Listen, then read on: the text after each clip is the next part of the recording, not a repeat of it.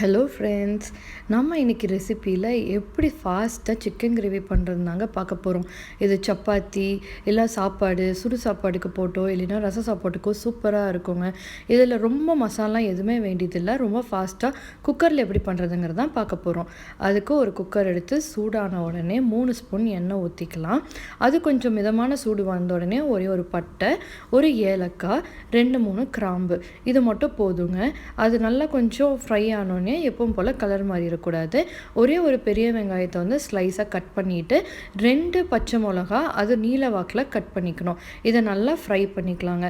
அது கூட கொஞ்சம் உப்பு சேர்த்துக்கலாம். ஒரு பாதி அளவுக்கு உப்பு சேர்த்தா போதும்.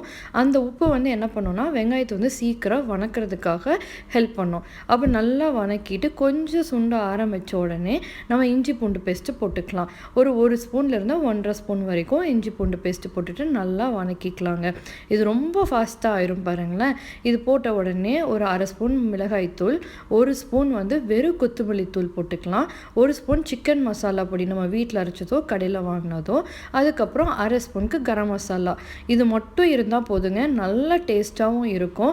இந்த ரொம்ப ஸ்பைசி சாப்பிட்ற மாதிரிலாம் எதுவும் இருக்காது. நல்லா மிதமாக ஆனால் நல்ல டேஸ்ட்டில் சூப்பராகவே இருக்கும். நம்ம ஸ்டொமக்கு எந்த பிரச்சனையும் வராது. 1/2 ஸ்பூன் மஞ்சத்தூள். நிறைய பேர் நினச்சிக்கிறாங்க நான்வெஜ்ஜுக்கு நல்லா மசாலா தூக்கலாக போட்டால் தான் நல்லா இருக்கும்ட்டு. இதே மாதிரி ட்ரை பண்ணி பாருங்கள், சூப்பராக இருக்கும். நான் சிக்கன் எடுத்து நல்லா வாஷ் பண்ணி வச்சுருக்கேன்.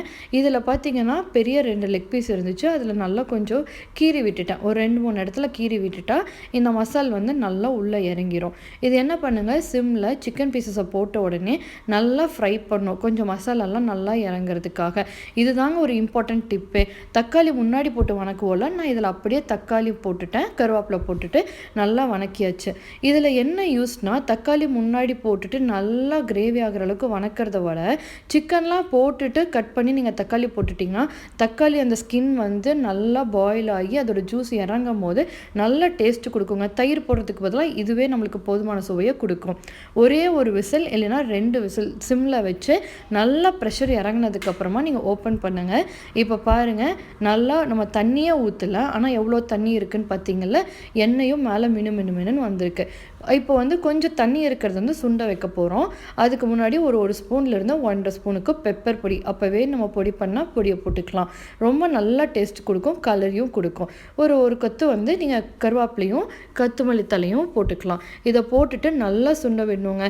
இந்த கன்சிஸ்டன்சியில் நீங்கள் எடுக்கிறதா இருந்தாலும் எடுத்துக்கலாம், இன்னும் கொஞ்சம் திக்காக பண்ணுறதா இருந்தாலும் பண்ணலாம்.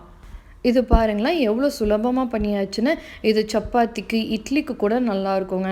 சாப்பாட்டுக்கு பிசைஞ்சு சாப்பிட்றதுக்கும் கரெக்டாக இருக்கும். இன்னும் நீங்கள் சுண்ட விட்டிங்கன்னா இந்த மாதிரி வரும். இந்த கன்சிஸ்டன்சியுமே ரொம்ப டேஸ்ட்டாக இருக்கும். நீங்களும் கண்டிப்பாக இந்த ரெசிபியை ட்ரை பண்ணி பார்த்துட்டு உங்கள் ஃபீட்பேக்ஸ் சொல்லுங்கள். தேங்க்யூ.